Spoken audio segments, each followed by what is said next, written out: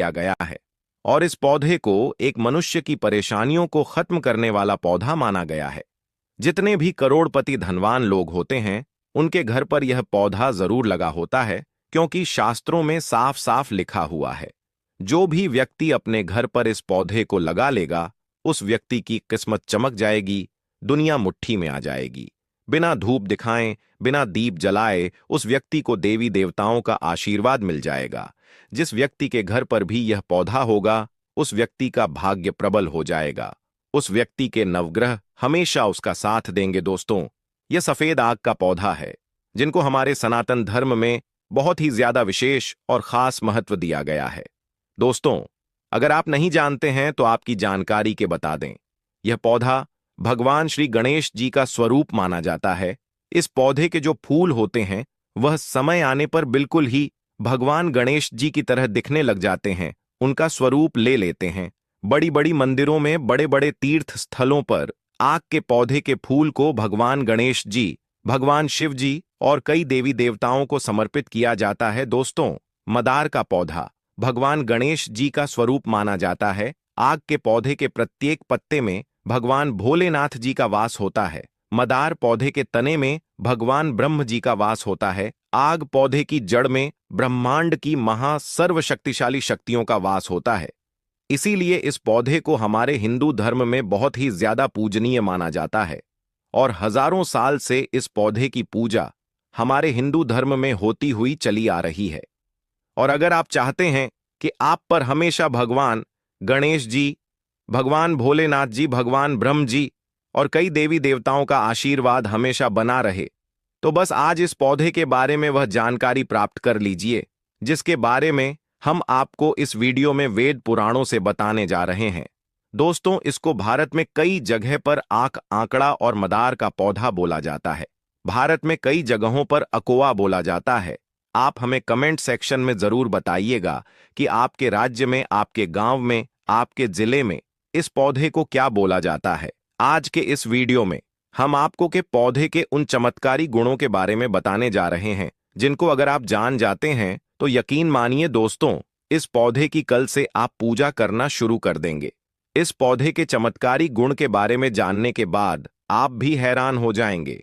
और अगर आपने सही मुहूर्त पर ज्योतिष शास्त्र, तंत्र शास्त्र, शिव पुराण, भागवत गीता के अनुसार इस पौधे के फूल के और पत्ते के उपाय सही मुहूर्त पर विधि विधान से कर लिया तो आपकी कैसी भी मनोकामना हो, मान लीजिए आप लंबे समय से नौकरी की तैयारी कर रहे हैं, आपकी नौकरी लग जाएगी, आपका बंद पड़ा व्यापार चल पड़ेगा, आपके जीवन में धन आना शुरू हो जाएगा, आपके जीवन में जो धन आएगा उसमें वृद्धि होगी, आपके घर की बरकत होगी, आपके घर की उन्नति होगी, आपका भाग्य प्रबल हो जाएगा, आपके नवग्रह आपका साथ देना शुरू कर देंगे।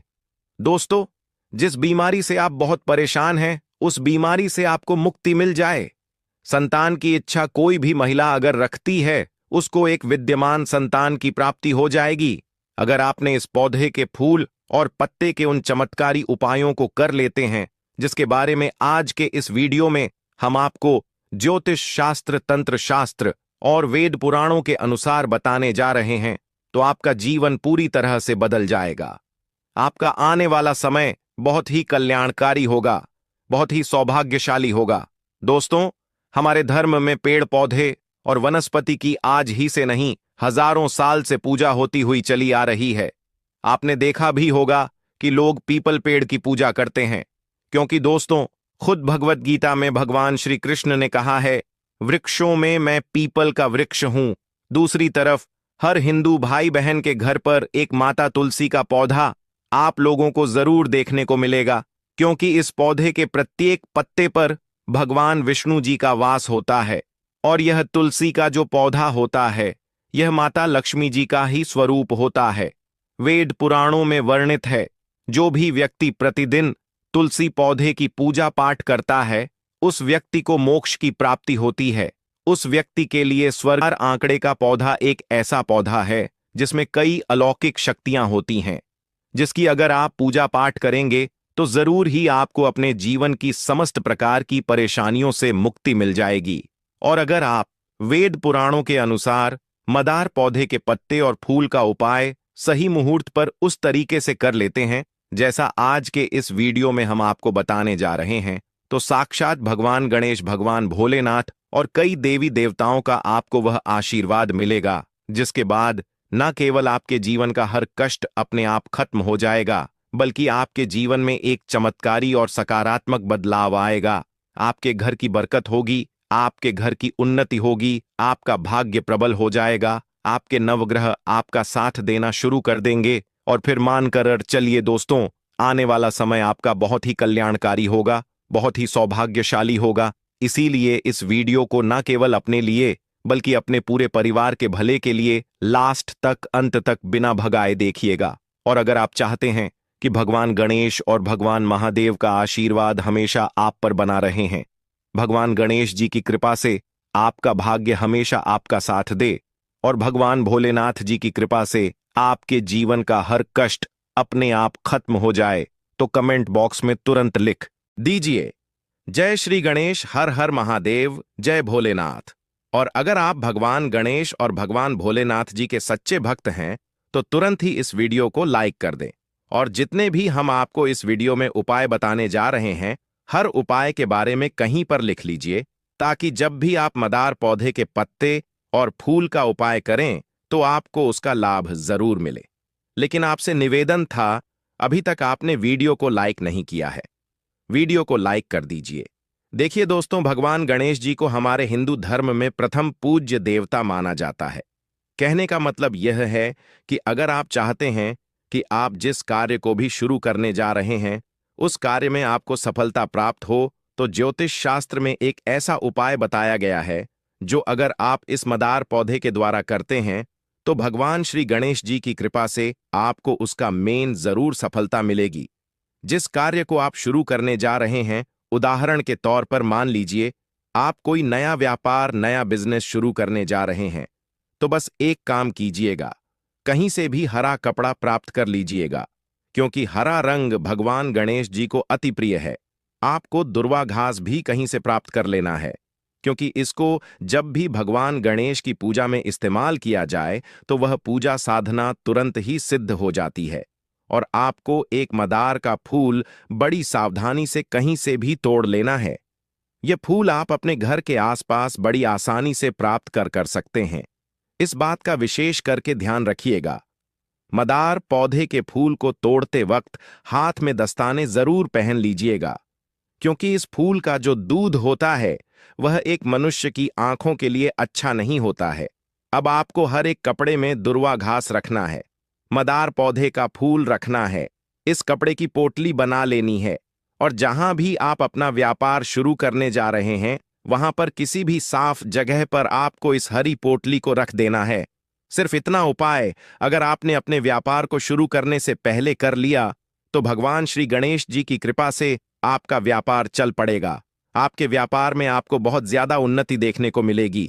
आपके व्यापार में कभी भी धन की कमी नहीं होगी। यह एक ऐसा उपाय है जो कई करोड़पति व्यक्ति लोग अपने व्यापार को शुरू करते वक्त करते हैं और अपनी जिंदगी में बहुत ही उन्नति करते हैं।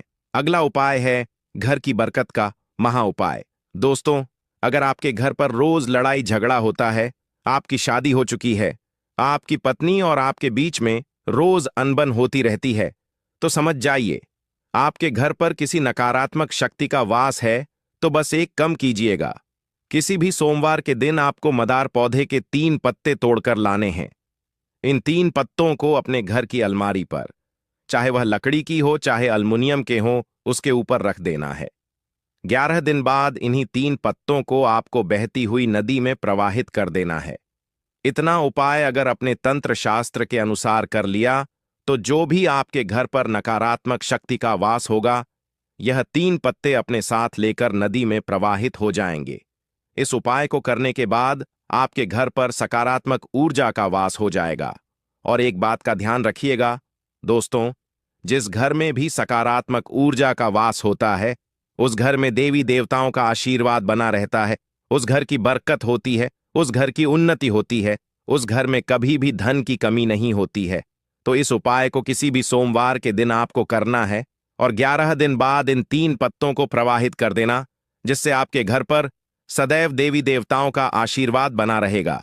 वीडियो में आगे बढ़ने से पहले आपसे निवेदन था, अभी तक आपने वीडियो को लाइक नहीं किया है, वीडियो को लाइक कर दीजिए। दोस्तों, अगला उपाय है धन प्राप्ति का महा उपाय। दोस्तों, यह जो उपाय हम आपको बताने जा रहे हैं, यह उपाय हम आपको तंत्र शास्त्र के अनुसार बताने जा रहे हैं और इस उपाय को कई करोड़पति धनवान लोग करके लाभ पा चुके हैं। लेकिन इस उपाय को करते वक्त आपको बहुत ज्यादा सावधानी बरतनी होगी और जैसे ही आप यह उपाय करेंगे, यकीन मानिए दोस्तों, आपके घर पर धन की वर्षा होगी। आपकी अलमारी, आपकी तिजोरी नोटों की गड्डियों से भर जाएगी। यह एक ऐसा चमत्कारी उपाय है जो सही मुहूर्त पर विधि विधान किया जाए तो कभी खाली जा ही नहीं सकता है। तो सिर्फ आपको यह करना है कि किसी भी बुधवार के दिन एक मदार पौधा का फूल लाना है, क्योंकि दोस्तों, यहां पर जो बुधवार का दिन होता है वह भगवान गणेश जी दिन होता है। और दोस्तों, एक बात का ध्यान रखिएगा, अगर भगवान गणेश जी किसी भी व्यक्ति को या उसके परिवार को आशीर्वाद दे दे तो उस व्यक्ति के घर पर कभी भी धन की कमी नहीं होती है। उस व्यक्ति का जीवन पूरी तरह से बदल जाता है। वह व्यक्ति कितना भी गरीब हो, उसको करोड़पति बनते हुए ज्यादा वक्त नहीं लगता है। बुधवार के दिन भगवान गणेश जी बहुत ही ज्यादा प्रसन्न मुद्रा में होते हैं और बुधवार के दिन भगवान गणेश जी की पूजा करना बहुत ही उत्तम माना जाता है। तो किसी भी बुधवार के दिन आपको साधारण से मदार का फूल लेकर आना है, लेकिन मदार का फूल खिला हुआ होना चाहिए। छोटा फूल मत लाइए, वरना इस उपाय का लाभ आपको नहीं मिलेगा। तो बुधवार के दिन शाम को सूर्यास्त के बाद आपको अच्छी तरीके से नहा लेना है। आपके घर का जो भी पूजा घर है, जहां भी भगवान गणेश जी की प्रतिमा रखी है, वहां पर आपको जाना है। अब मान लीजिए आपके घर पर भगवान श्री गणेश जी की प्रतिमा नहीं रखी है, तो इस उपाय को करने के लिए आपको भगवान गणेश जी की मंदिर जाना होगा। अब आपको भगवान गणेश जी के मंदिर जाना है, हरा कपड़ा लेना है, हरे कपड़े पर आपको मदार पौधे का फूल रख देना है, इस कपड़े की पोटली बना लेनी है, कोटली को अपने हाथ में पकड़ना है और भगवान गणेश जी के बीज मंत्र का जाप 108 बार करना है, क्योंकि जो 108 की संख्या जो होती है वह भगवान गणेश जी को बहुत ही प्रिय होती है। दोस्तों, आपने यह कहावत तो जरूर सुना होगा, बोया पेड़ बबूल का, तो आम कहां से हुए। तो दोस्तों, बबूल का पेड़ आपको आम तो नहीं दे सकता, लेकिन कई चमत्कारिक फायदे दे सकते हैं। तो दोस्तों, आज के जो वीडियो का विषय है वह बहुत ही सुंदर है। वह बबूल के वृक्ष के बारे में है। आज मैं आप लोगों को बबूल वृक्ष के चमत्कारी एवं दिव्य तांत्रिक प्रयोग बताऊंगा। इसका आयुर्वेदिक लाभ बताऊंगा। दोस्तों, वास्तुशास्त्र ज्ञान ही एकमात्र चैनल ही नहीं, बल्कि आप सभी भाइयों का परिवार है।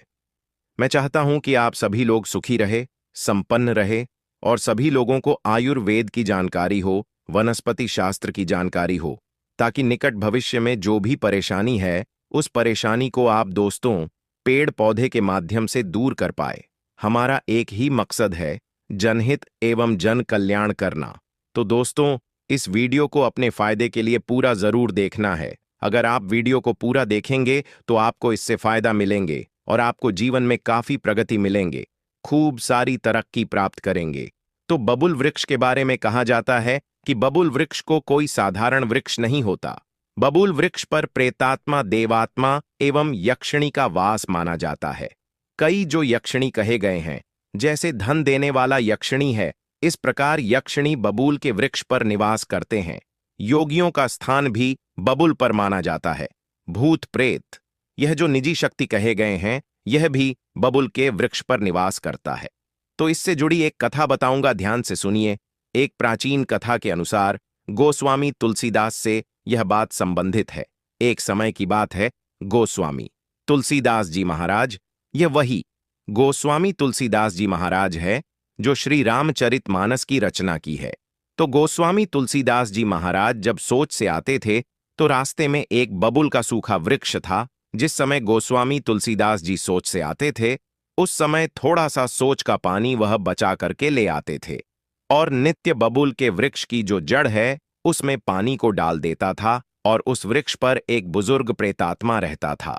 नित्य गोस्वामी तुलसीदास जी के सोच का बचा पानी बबूल के वृक्ष पर डालने से वह वृक्ष 4 महीने के भीतर पुनः हरा भरा हो गया। बिल्कुल ही दोस्तों, ऐसा नहीं था। पहले तो जो बबूल के वृक्ष था सूख गया था, लेकिन 4 महीने में गोस्वामी तुलसीदास जी सोच का पानी नित्य उसमें डालते थे तो वह हरा भरा हो गया।